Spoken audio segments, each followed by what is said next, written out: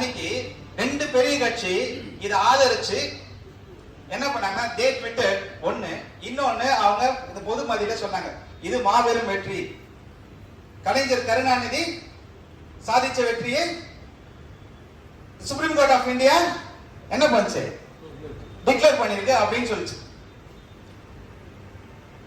உங்களுடைய முகங்களா இருக்கக்கூடிய இந்த சமுதாயத்தின் முகங்களா இருக்கக்கூடிய பெருங்கட்சிகளே இதனோட சாராம்சத்தை புரியாம இருக்கும்போது how could a possible layman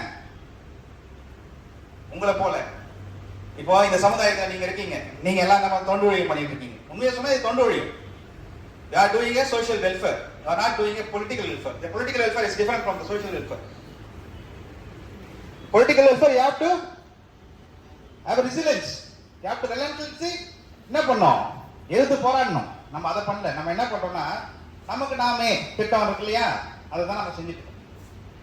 நமக்கு நாமே திட்டம்ன்றது ஒரு வழியில என்ன பண்ணிருக்கோம், இன்னைக்கு கல்வி முறையை கொடுத்துருக்கோம். ஆனா கல்வி முறையை கொடுத்த போது ஆட்சி முறையை கொடுத்துருக்குமா? கல்வி முறையை கொடுத்துருக்குமே வேண்டி அதிகாரத்தையும் ஆட்சி முறையும் நமக்கு கிடைச்சிருக்கா? கேட்டாங்க இல்லையா, நான் சொன்னாங்க 30 வருஷத்துக்கு முன்னாடி ஆட்சி இருந்தது குடியரசு கட்சி. எனக்கு தெரிஞ்சது நான் ஒரு 20 வருஷத்துக்கு முன்னாடி நான் பார்த்துருக்கேன் குழந்தையா இருக்கணும்.